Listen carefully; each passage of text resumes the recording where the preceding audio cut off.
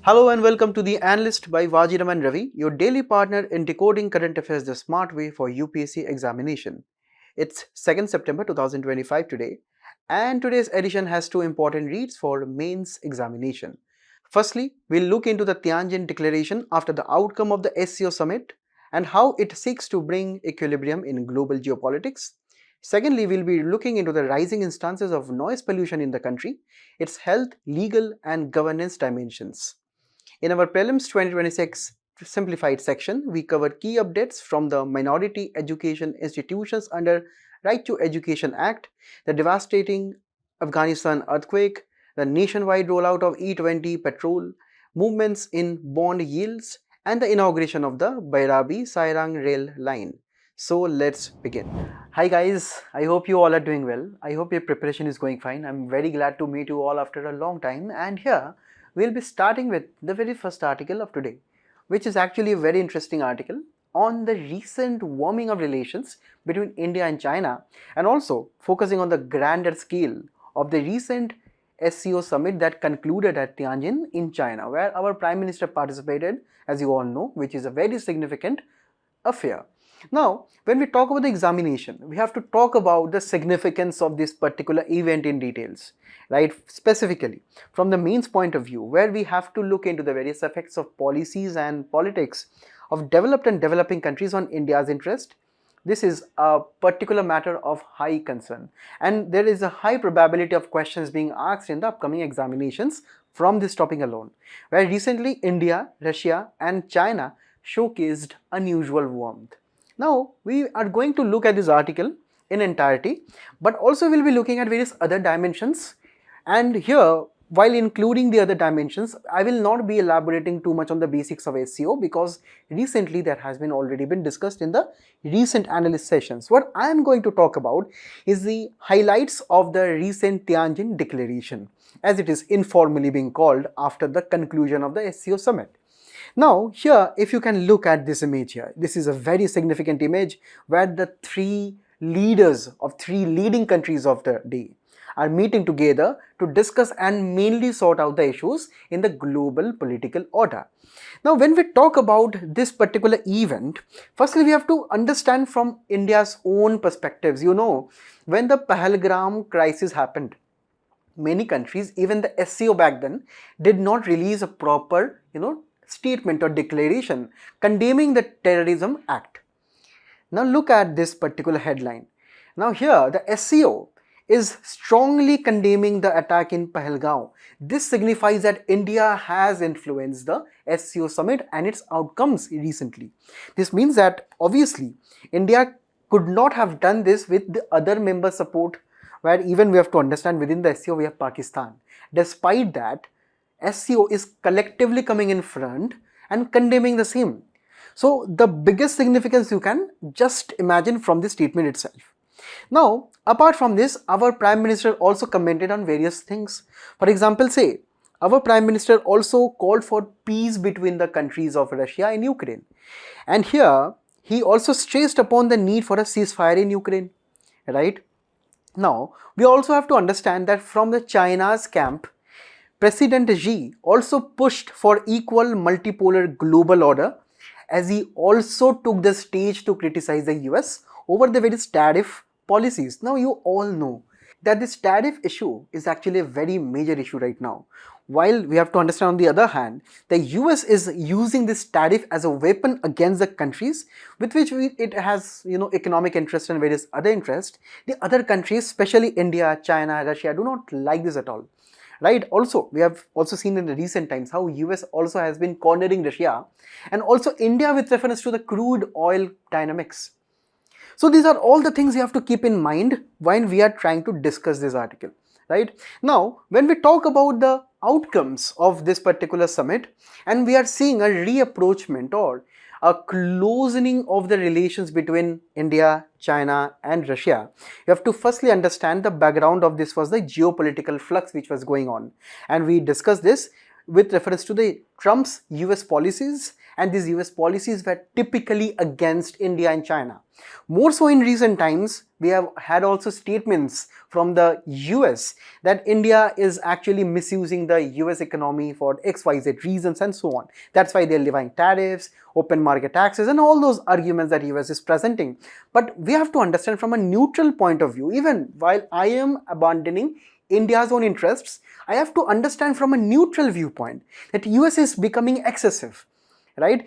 It is right now Donald Trump's policies to isolate the countries and push forward US's own interests. And in this particular matter, we have a total state of confusion or a geopolitical flux, right? Also, this confusion was heightened. Even China was surprised for the matter that Washington is recently becoming close with Pakistan, right? So, only God knows what is going on in Donald Trump's mind, what he wants moving forward. But these are the various background you have to keep in mind. Also, India and China, both of them recognize that if we are in conflict as neighbors over a long period of time, these have both emotional costs, military costs, and obviously a long-term cost associated with this kind of conflicts. So, it is obviously too early to conclude that whether India, China will be resolving its border disputes, various other disputes, but they are understanding these mutual costs that they have to reduce. Also, they have, India and China, both of them have economic compulsions. India understands that China is a very big economic power, manufacturing power. Also, China also knows that India is a very big marketplace for them, right? So both of them are recognize this cooperation. Also, Russia, when we include Russia in this particular conversation, we have to also understand that India and Russia are very close economic partners since ages.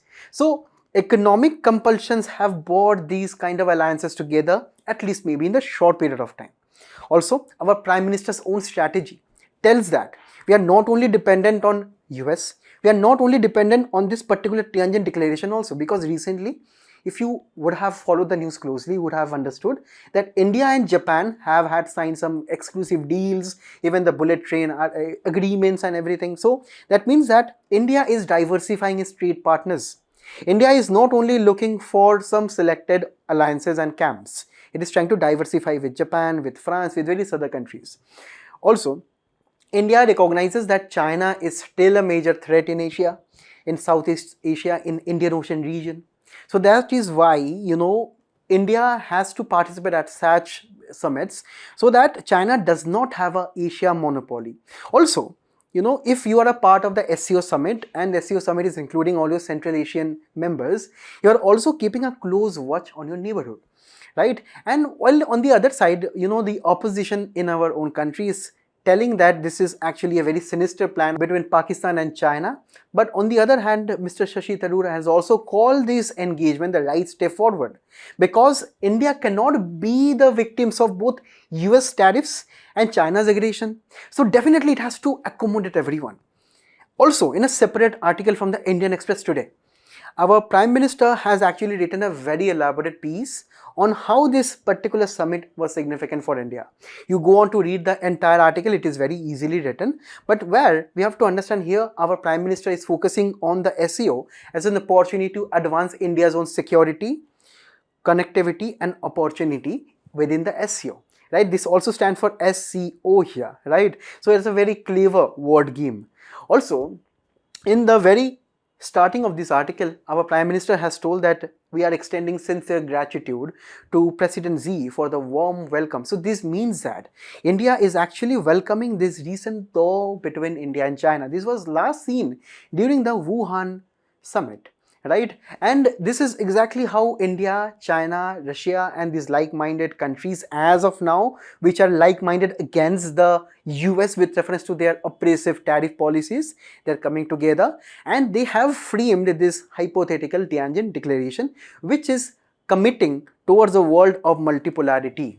We have discussed this in the past also, that after the 1990s onwards, when the, after the Cold War, the global order collapsed, the US became the unipolar or the single power in the entire world, influencing on military, multilateral organization and all of the major decisions. Gradually, when China rose, when Russia also gained prominence, when India is also rising right now, we are seeing a multipolar world with multiple powers on the global stage. So this is actually the spirit of the Tianjin Declaration, which is committing to that particular world order in the future. Also, our own Prime Minister and China's leader, President Xi, has also committed towards sovereign equality. President Xi has time and again referred to the Panchshil Agreement, which is a cornerstone of India and China's own peaceful cooperation. While it was violated over a period of time due to borders clashes and various wars, right? But again, when China's president is talking about the Panchshil Agreement right now, it is maybe having a little bit of significance right now. So that means that our own borders, our own sovereignty are being talked about. Also, when we talk about the overall Eurasian economic integration, China has its own plans with reference to the Belt and Road Initiative. India has also its own connectivity with reference to INSTC and various other features. So both of them are mutually understanding that everyone have their own separate economic interests, and that is where we have to also take forward the same when we talk about utilizing the Central Asian region also. Next, they have also realized via this particular declaration that it is more important to have dialogue over confrontation. That is why we have also understood that we are trying to reduce the costs associated. And finally, we are also trying to cooperate in the new domains of climate change, artificial intelligence, various other cyber security technologies, right? And this is where we are also trying to counter the West, because the Western countries are also having their own separate ideas on climate change, on technology sharing and various other things. So it will be a good platform to see actually what happens in the future if at all this declaration is carried forward. Now we have to understand the most serious things here. What are the implications of this recent SCO meeting on India's own interests? Firstly, when we talk about the broader theme of geopolitical and strategic implications, the very first thing that we look is actually regarding multi-alignment. Now when we are talking about India, we are actually aligning with Russia, right now with China, with Japan, with France. This means that we have to decouple from the US's excessive dependence, right? We are trying to multi-align with various countries that suit our own interests. Also, we have our own national interests. We have to empower our people, we have to empower our economy, we have to empower our exporters, and that is why we have to also understand and recognize our own interests, and we have to take a stand even on the international events. For example, say Russia-Ukraine crisis and so many other conflicts which are taking place, where India right now is asserting with reference to keeping our own national interests in mind too. Also, we are having a fragile detente with China. That means that we are having a closeness right now, but this closeness is also marred with various conflicts of the past, right? For example, say if we are talking about the recent peace which is undertaking right now, can we tell that this is a transactional peace? That means that India and China are both against the US Trump tariff policies, and that is why maybe they are coming together. Maybe this is a short-term measure, maybe in the long term again they will be fighting, right? So this is what we have to keep in mind. Also, what about the various trust deficit with reference to China, right? With reference to various hacking incidents, with reference to various border disputes, right? What about all those years where India and China both have decreased their own mutual trust against each other? So that is also one thing that India and Delhi has to think right now. Now, when we talk about Russia, Russia has always been India's close partner, right? Russia has been tagged as special and privileged partner of India, right? So be it with reference to any global crisis or any global event, India always supports Russia, and the vice versa is also the true thing. So this is one thing that we have to keep forward. Also, when we talk about the leverage that we need to take against the US and the Western countries, we have to build a leverage with the other camp of the Western countries too. The other camp is actually China and Russia and all those countries. So if we are actually having good relations with China and Russia, that means we can actually use this as a leverage against the US. It again suits our own national interest, guys. You have to keep this in mind. Also, finally, we have also seen in this particular meeting, our own Prime Minister has met the Myanmar junta chief, and India is also maybe sending election monitors in Myanmar. That means that this SCO summit has given us a platform to interact with our neighbors, and this is also helping us to engage with them. So we are actually seeing that one summit is having so many implications. And finally, when we talk about the economic implications, the single biggest challenge is actually coming from China. That right now, when all the experts are telling that, okay, this is a very good thing that has happened, that India and China are trying to resolve this dispute between them, but India has to keep this in mind also, that India cannot outsource its manufacturing future to China. While India right now is actually focused on a China plus one strategy, well, here we do not only have India, we have the entire Western countries who are trying to diversify their supply chain of iPhones or various other items away from China to other countries such as India. Now, when India is actually a broader part of this strategy, then when we are trying to become close with China, we cannot lose the negotiations with China based on our manufacturing capability, right? And we have to also keep in mind that this closeness right now, this relations which are improving right now should not come at the cost of compromising our own economic power. That means that we cannot afford to become economic subsidiary of China, right? We have our own future, we have our own plans for a $5 trillion economy, for trying to become a developed country by 2047, right? So these are the things that we have to keep in mind, that we should not lose grounds for negotiation with China. On the other hand, we also have seen that over a period of time we are having rising trade deficit with China. So on the other hand, we have also seen that China is building a mega dam on the Brahmaputra river in Chinese provinces, right? So this is how we have to also keep these things in mind. And on the other hand, with reference to economic and technological aspect, right, we have to also understand that India right now is acquiring Japanese technology, collaborating with Japanese companies, but why not China's 5G? Because India is well aware of the privacy concerns and data breach concerns with reference to China's technologies. India has trust in Japan and such Western-minded countries. So this is what we have to understand, that we have to go in a balanced approach. That while we have to recognize that India's way forward in this particular matter is actually a path laden with many difficulties, but that is what India should also aspire to traverse through. Firstly, India must be believing in this principle that we have to engage with everyone, but we cannot commit to anyone, right? We cannot commit our own interests to anyone. We have to go forward with each and every country. So next is that we have to leverage every forum. That is, for example, here we have leveraged SCO, and the SCO collectively condemned the Pahalgam crisis. So that means it is a kind of a diplomatic victory for India. But what about the BRICS?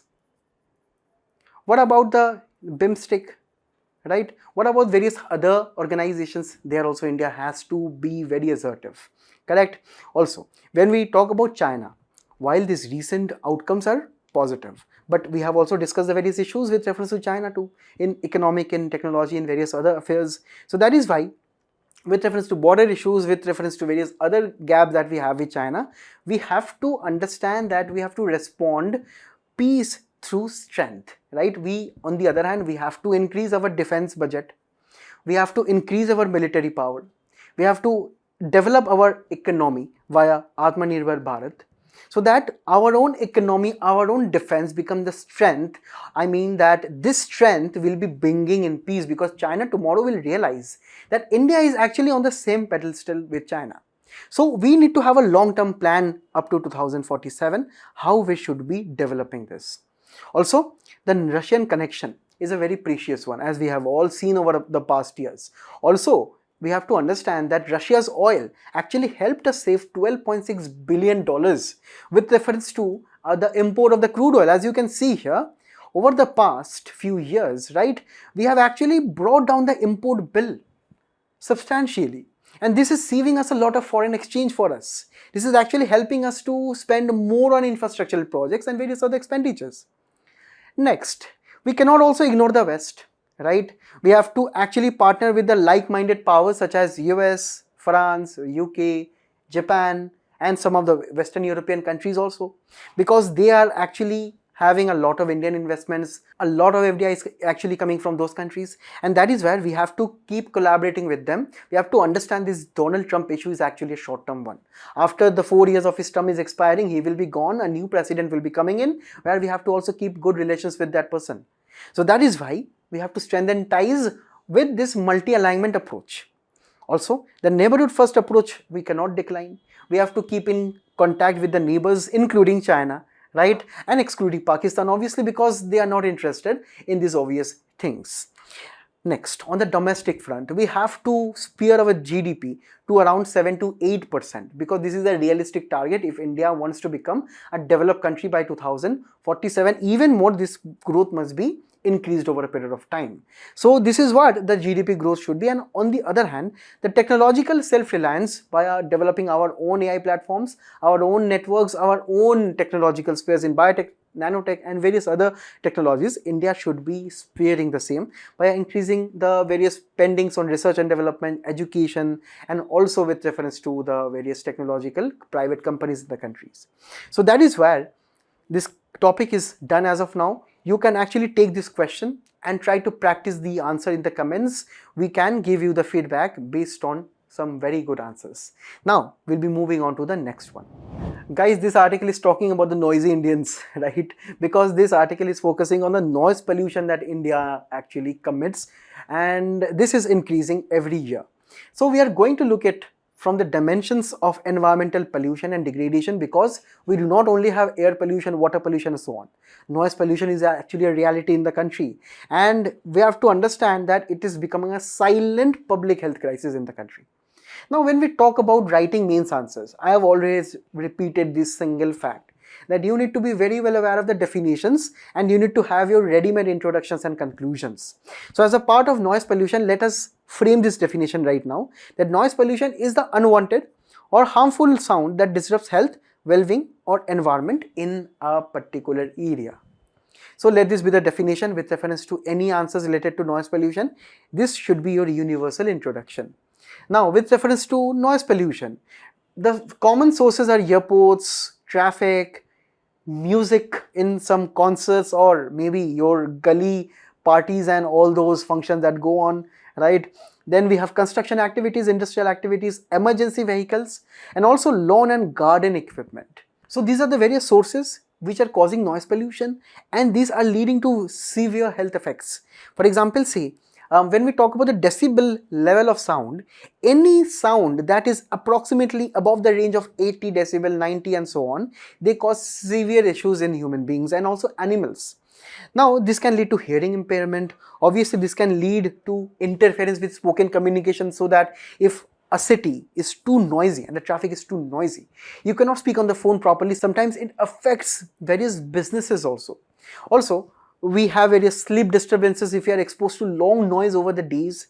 Next, our cardiovascular cycle is also affected. We can also have disturbances in mental health. We cannot do some functions properly.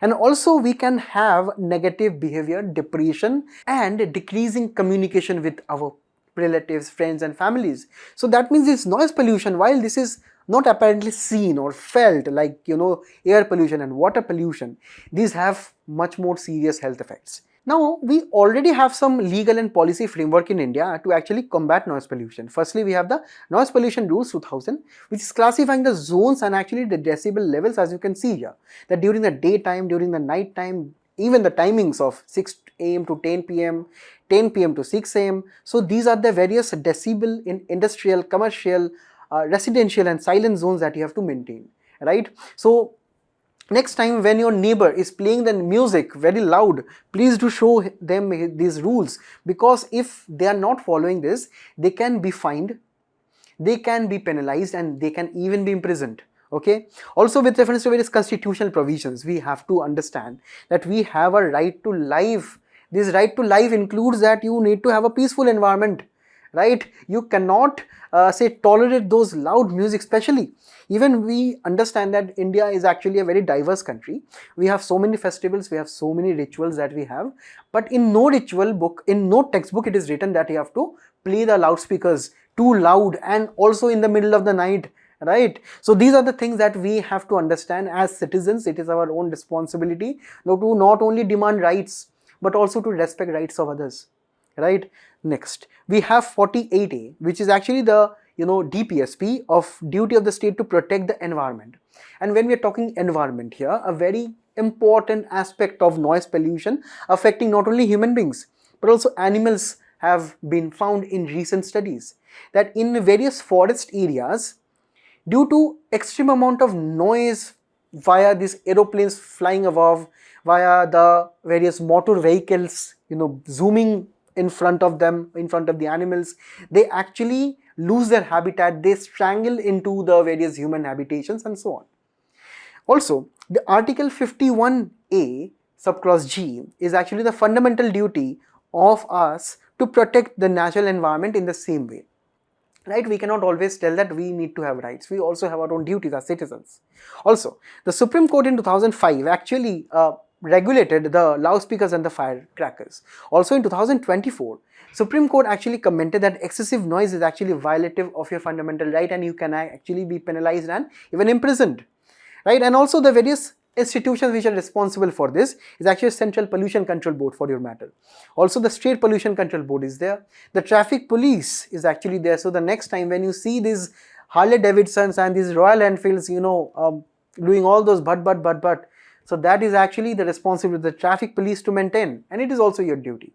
Also, with reference to the various municipal bodies, with reference to regulating the various occasions, fairs, functions in their own locality, it is their own responsibility too. Now, what are the key challenges in India, despite the regulation that we have? Firstly, we have to understand that with reference to noise pollution, if you go on to Google, if you go on to various other websites also, you will face a severe lack of data. That means in India, we do not have proper surveys done with reference to the capturing of noise data. For example, for air quality, we have proper sensors, we have proper technology in place to monitor the air quality, even water quality. But for noise pollution, we have very low quality sensors, and that is also placed in wrong areas where the sound or say the noise or the decibels are not accurately captured. Correct. And also these are not kept at the ground level, these are kept at some height from the ground. That means mostly the pollution of noise is actually coming from ground sources, right? So but if we are placing this in the air, that means we are not capturing the data properly. Next, we also have regulatory fragmentation. That means the State Pollution Control Board are in disarray, they are not implementing the rules properly. The police are taking bribes and letting the functions go on in the night, the marriage functions and all those things which go on, the DJs and all those play, right? So they actually go on and they bribe the police and the police are happy with the same, right? They do not come and interfere. Someone may have their examinations coming soon. So you can actually relate to this, especially during your board examinations, your college and even during your prelims examination.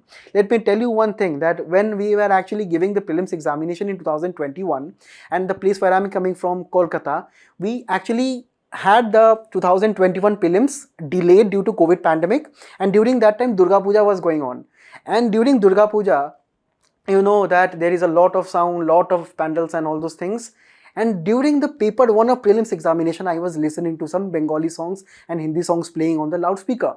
So you can only understand the plight of the students during this matter only due to regulatory fragmentation, only due to the misfunctioning or malfunctioning of the regulatory bodies. Next, obviously we have weak enforcement, as we have just told, that loudspeakers, construction activities are continuing despite having so many restrictions and everything.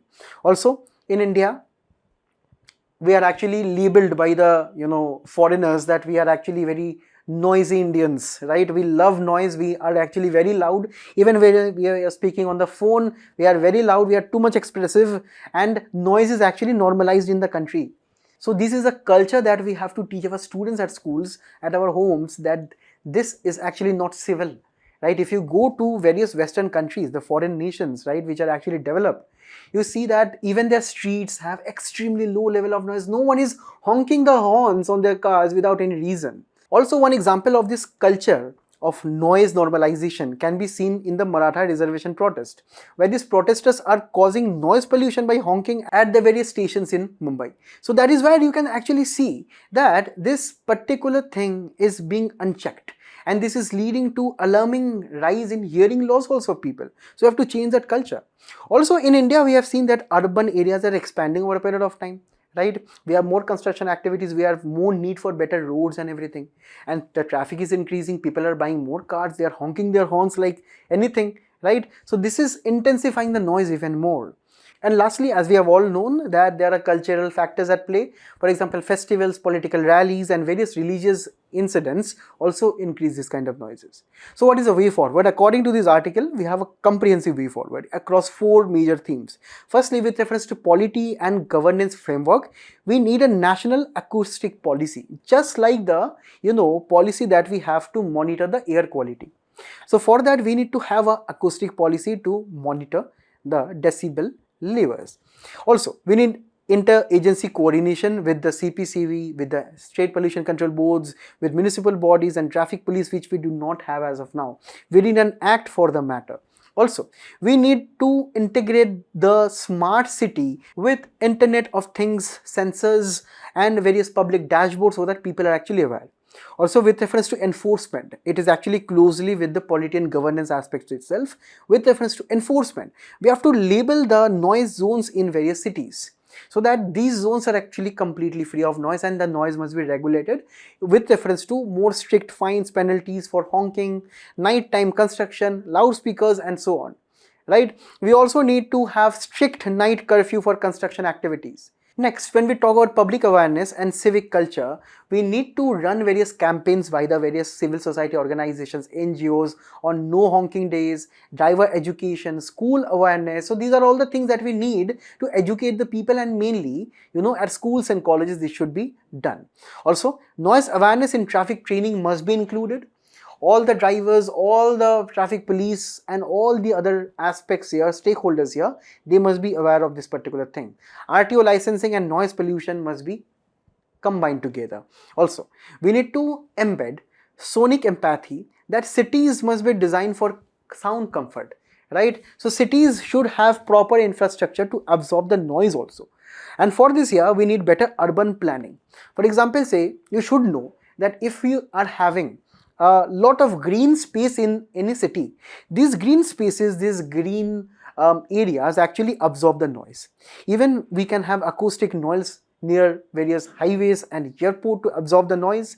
We also need to have better amount of zoning laws where we are trying to protect schools and hospitals and various residential zones from honking horns and all those activities. And at the end of the day, we need to have a proper noise mapping in city master plans. City master plans generally have air pollution, water pollution norms, and various other aspects, but we are lacking the noise here.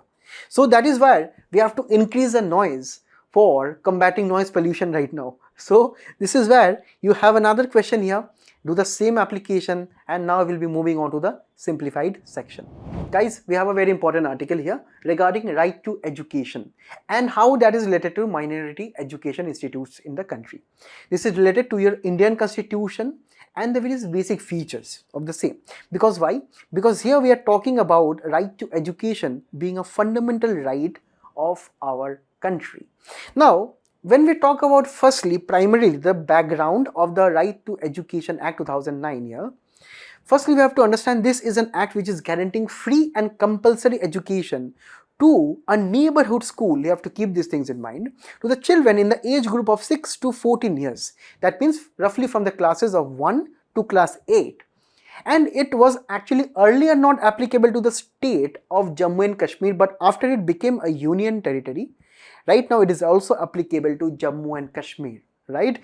Also, we have to understand that this was actually the act which provides for even the reservation of 25% in private schools for the children who are actually coming from economically weaker sections. Finally, it also provides that no child should be left behind, should be held back, should be expelled, or required to pass a board examination until the completion of the elementary education.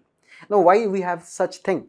Because actually when it was passed by the Parliament 2009, it actually became a fundamental right.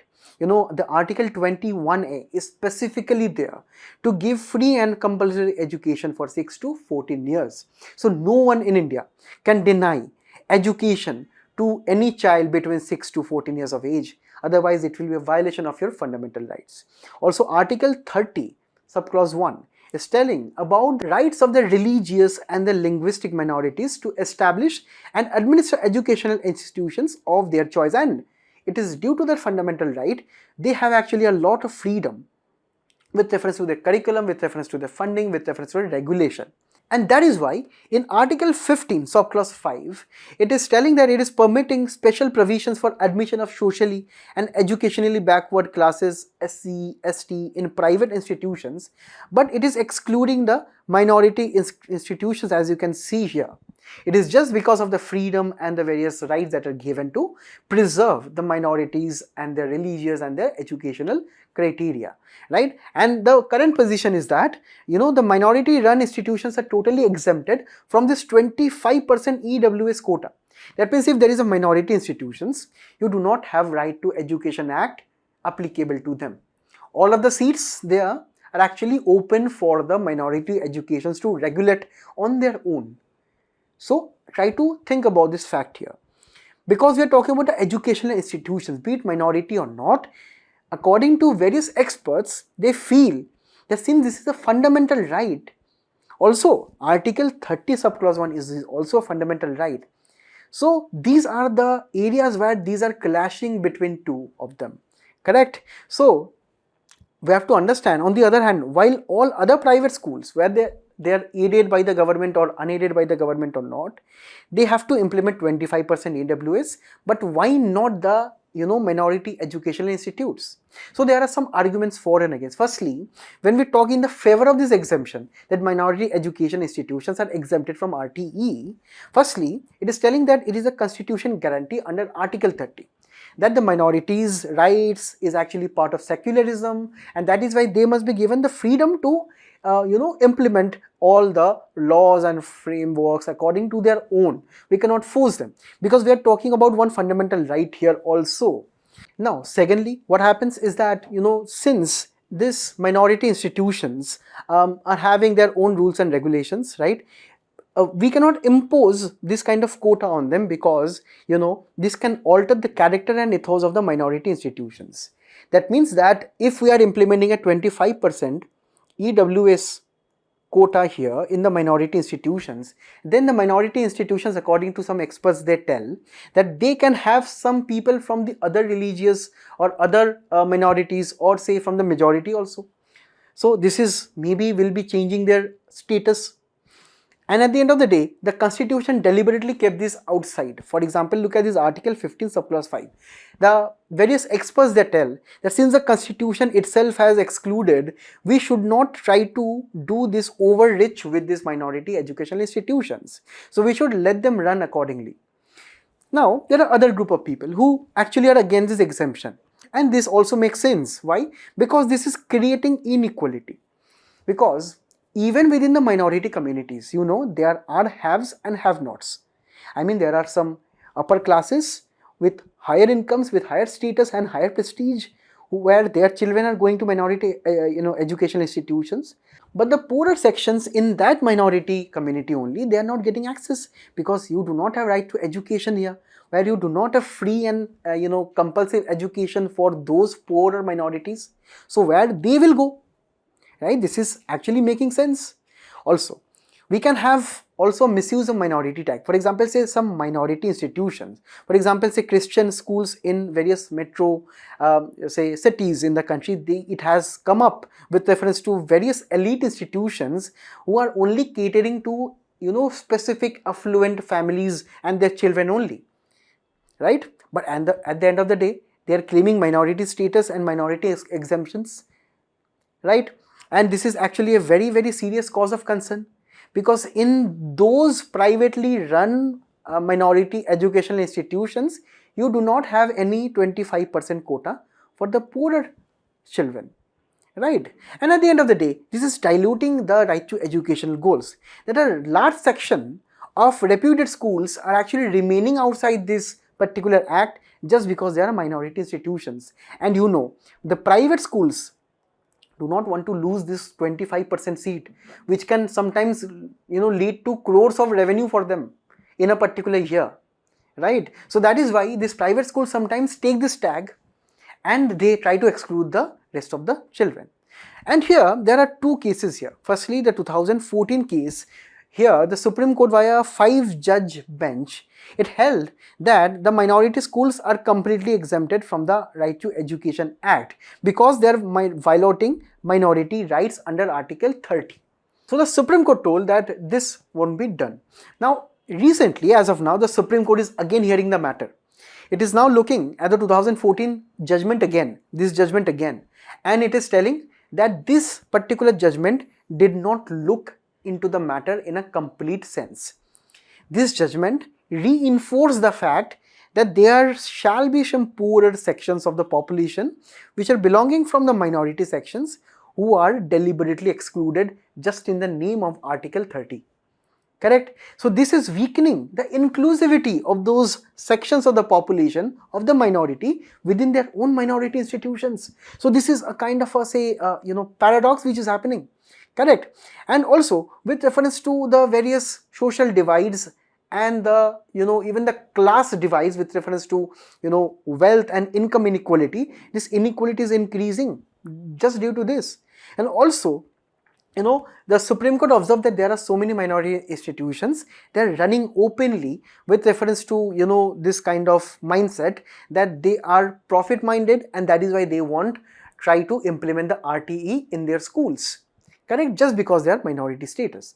And that is why Supreme Court right now in its own correct sense as judgment has referred this matter to a larger bench to reconsider this judgment again. So we will be looking into this space, we will be looking in the newspapers what will be happening, we will be updating again, but as of now this is what the update look like. Now we will moving on to the next one. Guys, the next article is actually on the earthquake which took place in Afghanistan.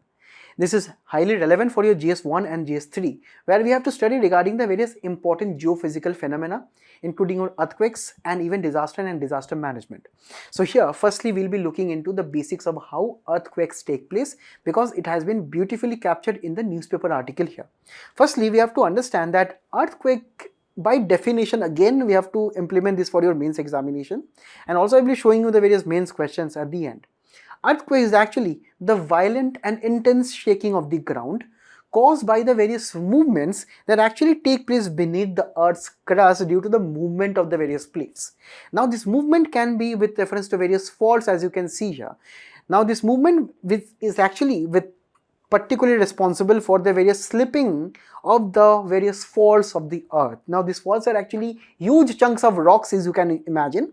These rocks are actually slipping, slide above, below, and also to the left and right of each other, and this is actually creating a huge burst of energy in the form of seismic waves, and these waves are actually leading to the earthquake. And here, firstly, these waves originate from the hypocenter below the crust, and just above the hypocenter, when it is originating on the crust, this is known as the epicenter. And this outburst of energy is giving to so many waves such as Rayleigh waves and the love waves. You can actually help me understand in the comments below also. Okay.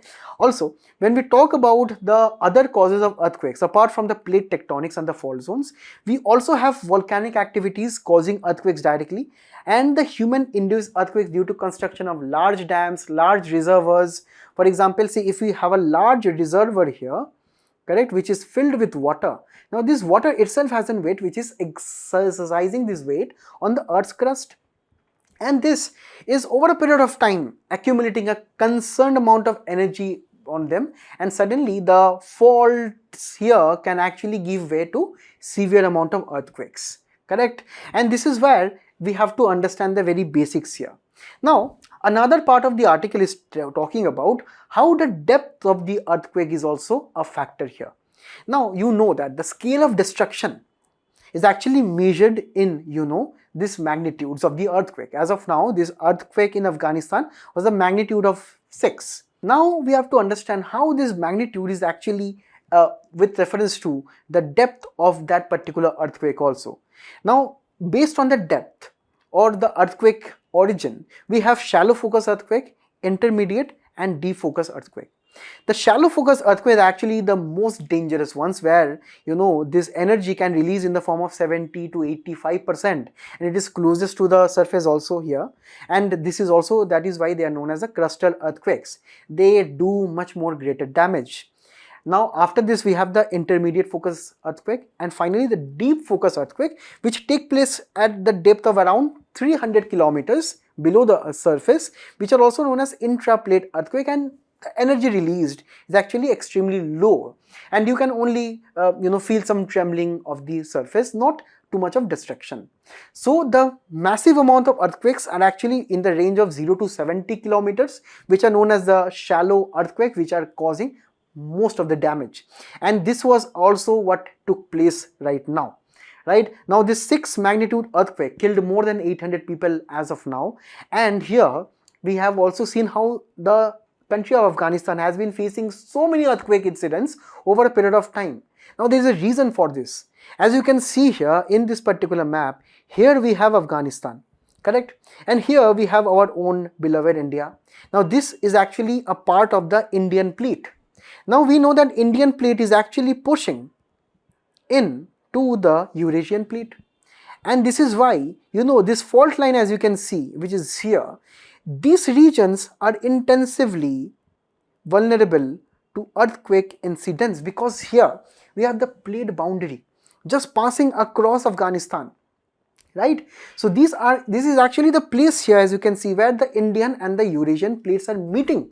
Obviously, if this meeting point is here, there will be conflicts with reference to these plates themselves, and these plates are moving at 44 millimeter each year, and this is actually one of the most seismically active zones on the entire earth, which is amounting for 15% of all the energies of the earthquake all around the world each year.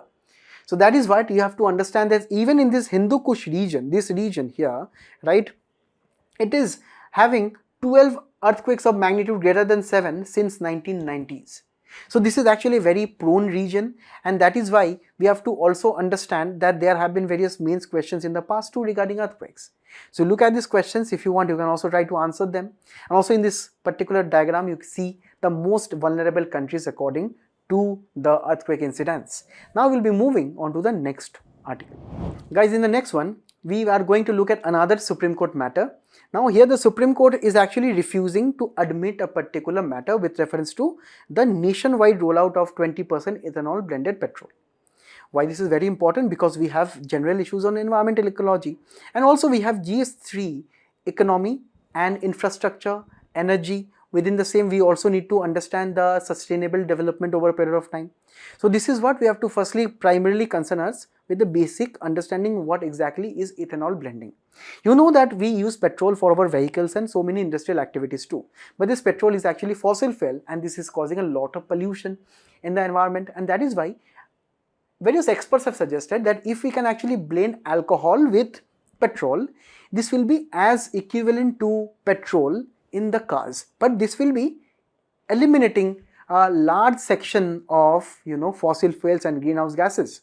So this is why ethanol that can be gotten from sugarcane, maize or damaged food grains can actually give us biofuel. And if you are trying to blend this ethanol with petroleum, we get a petroleum blended fuel. Now this blended percentage can go from 1% blended to 20% to 30%, even to 100%. That means that you are actually trying to blend in alcohol with your petrol.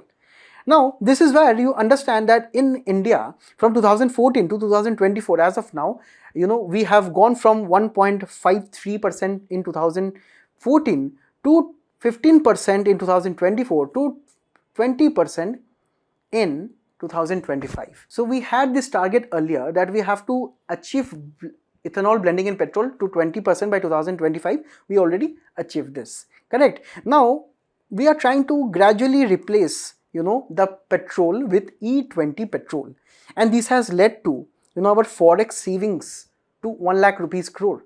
That means that we are actually trying to import less petrol and blend more ethanol, and also this is giving a lot of income to farmers and a lot of other benefits.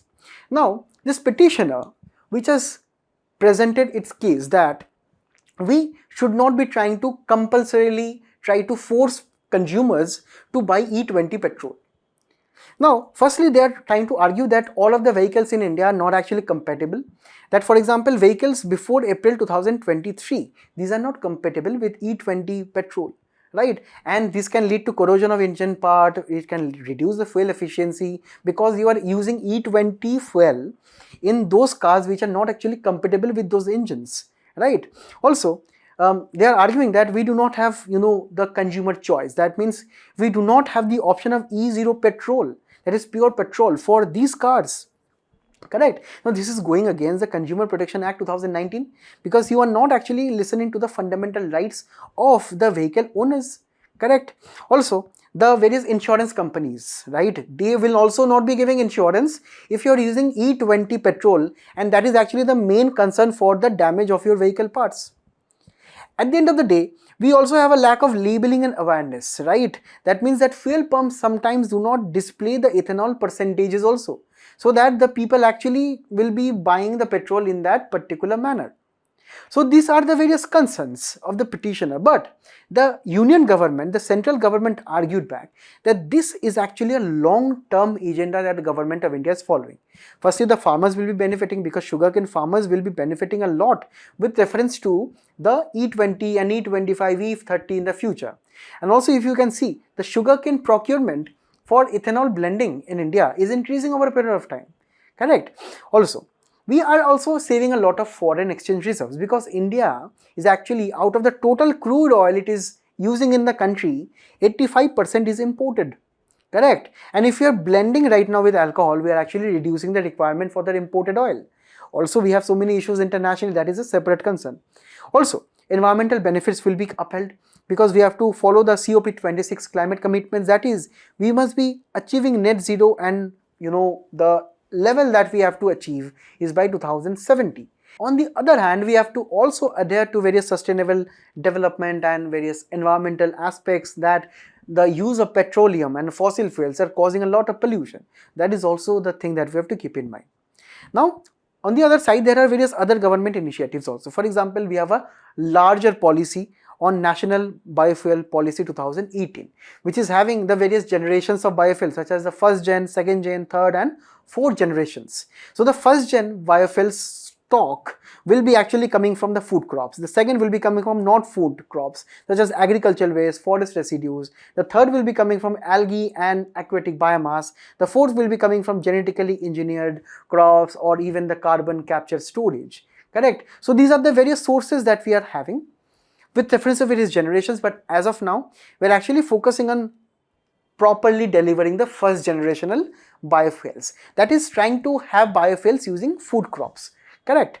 Also, with reference to the other initiatives, we have loan support for various enterprises or companies which are actually doing this ethanol blending. They can actually take various interest subsidies from the banks, right, up to the matter of even 6%, so that they can actually start business using taking loans and at a very high amount of discount.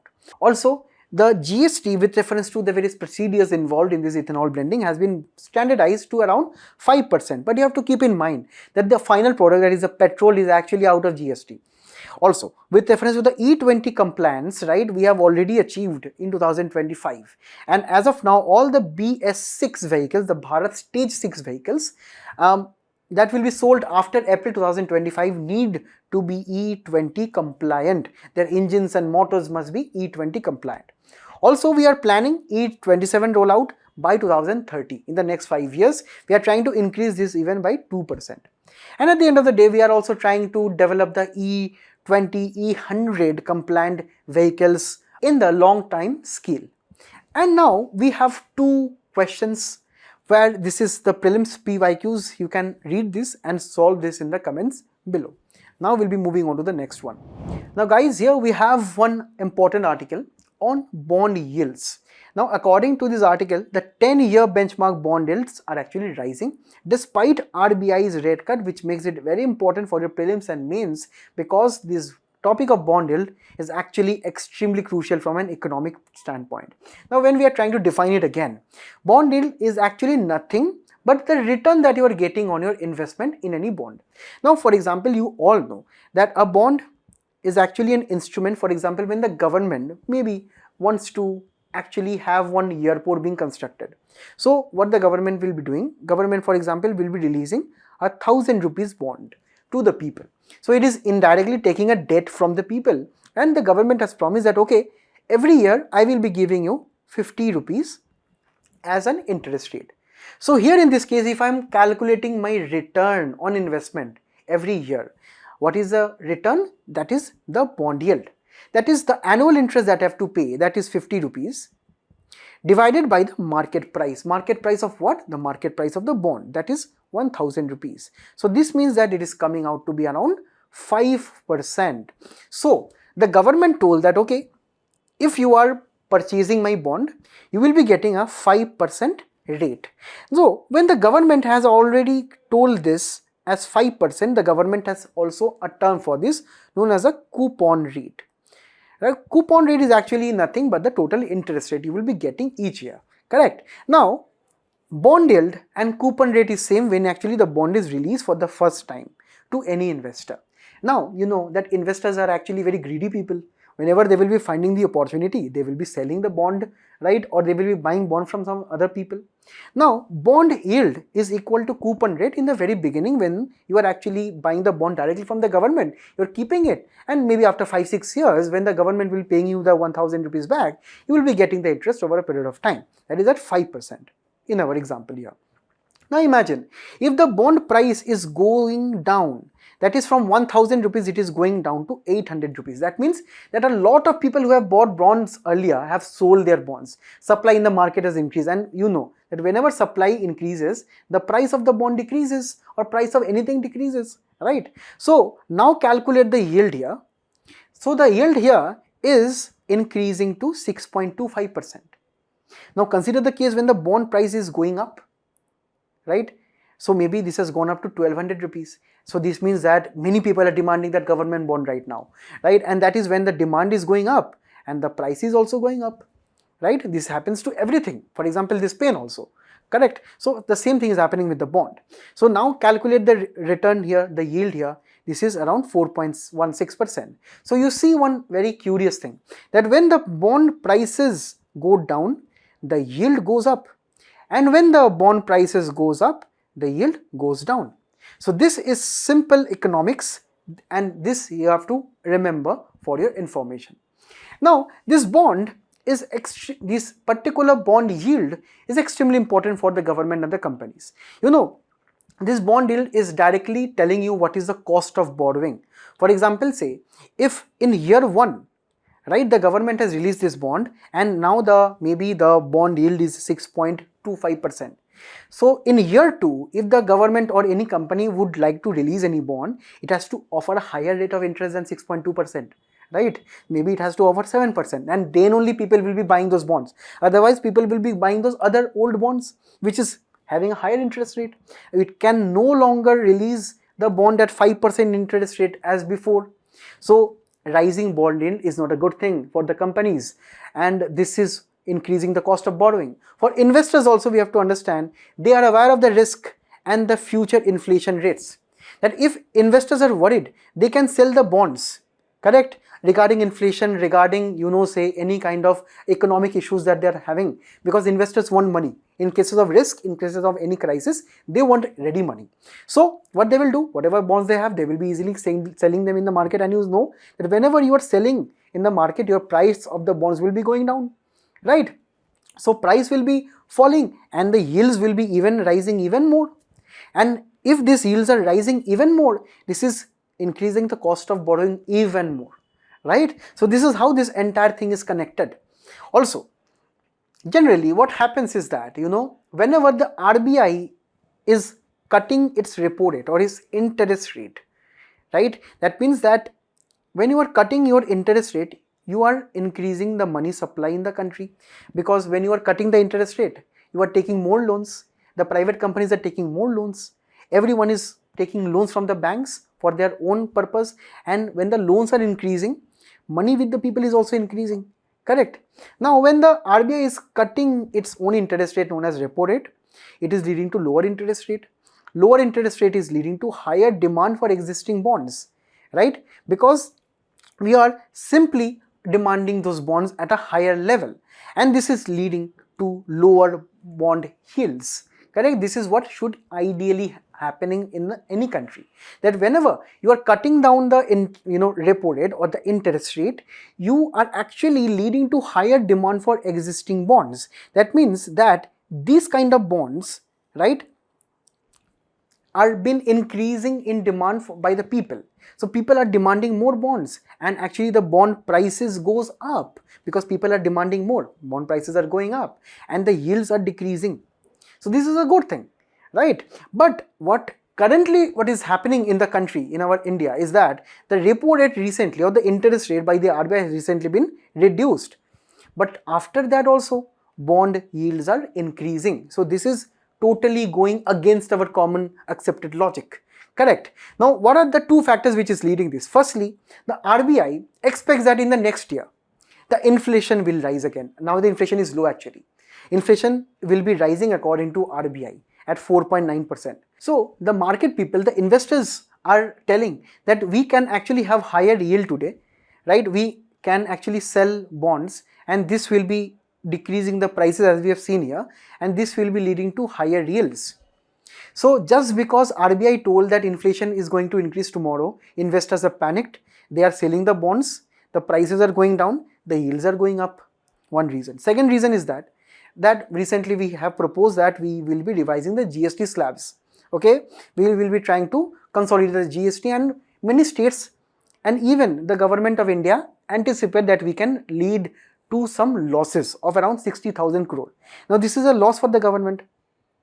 Now government needs to compensate this loss. How? Government will be borrowing more. Government will be releasing more bonds. So new bonds will be coming into the market, right? So investors are also looking at this matter. They are very clever people. They have seen that new bonds are coming. So supply of bonds are going to increase, and you know, whenever supply increases, price of bond will be decreasing. And if price of bonds are decreasing, yield is going up. Correct? So this is exactly the reason why the yield curve is steepening. Yield curve is actually the combination of 1 year bond, 2 year bond, 10 year bond, and all of the short term and the long term bond. It is actually graphically represented. Too much of details are not needed. It is just telling that if yield curve is steepening, it is actually leading to increasing bond yields as of now. Right? So this is the entire thing which is happening here. So what the government or the RBI can do? Firstly, the government can actually alter their borrowing strategy. So the government must be shifting towards a short-term bonds here. Maybe 1 month, 2 month, 3 month bond, not 1 year, 2 year, 3 year. You know, these long-term bonds actually have a carry effect on the economy, right? So this carry effect must be actually be brought down. Also, the RBI can do open market operations, that is actually the buying and selling of government bond in the open market, right? So this is why the RBI can also try to buy long-term bond, because long-term bond actually troublesome, you know, they take a lot of time to adjust, and we can actually, you know, try to absorb those long-term bonds from the market, correct? And also we can do operation twist. Operation twist is what? RBI will be selling short-term bonds and using the money from that sale to buy long-term bonds. So what happened here? The quantity of the bonds will be remaining same, correct? And it will be bringing down long-term yields, correct? Which is very difficult to monitor because these are having carry-on costs, correct? So this is where this concept was actually, I admit, was a little bit of difficult, but with more basic understanding covering the money and banking chapter, you can understand this even more. So this is why try to attempt these two questions. Now we'll be moving on to the last article. Now this is a very good news for the Northeast India. We are actually having a new rail line being built at Mizoram, very important for our infrastructural sections. Now this is the rail line section, as you can see here. This will be actually be connected to the national railway network via Assam to the rest of the country here. Right now, here this is around 51.38 kilometers long, built at the cost of 5,000 crores, which is having around 48 tunnels, 55 major bridges, 87 minor small bridges, and even this is a landmark bridge. Please do remember the name of Kruang Bridge, which is having around the height of 114 meters, right? So this is actually a very good development for the country, because for ages the northeastern states have actually complained of the lack of infrastructure. So this will be leading to a reduction of travel time from around Assam to Mizoram to around 3 hours. Earlier it was to take around 10 hours. Also, it will be looking to improve the economic growth because it can ease the supply of essential goods, increase market access for our farmers so that their goods can be easily transported to not only northeastern states but also the rest of the Indian states. Also, this will be immensely boosting tourism because this 80-minute journey across this particular stretch is laden with beautiful forests and mountains. Also, this will be leading to better regional integration between the various states, and at the end of the day, the Myanmar border connectivity will be having a better amount of strategic importance. The challenges usual obviously remain. For example, engineering difficulties in hilly areas are actually there. The costs are there because this has been built at the cost of 5,000 crore for 51 kilometers. Also, the maintenance and the safety is actually concerned because of the bridges are actually in the seismic or earthquake prone areas, and at the end of the day, the forest needs to be cleared, the clearances and all those things can lead to a disruption in the wildlife too. So this was all for the day. I thank you all for being a very patient audience. Please do attempt the quiz which is following up. Until we meet again, all the best and best of luck. Thank you.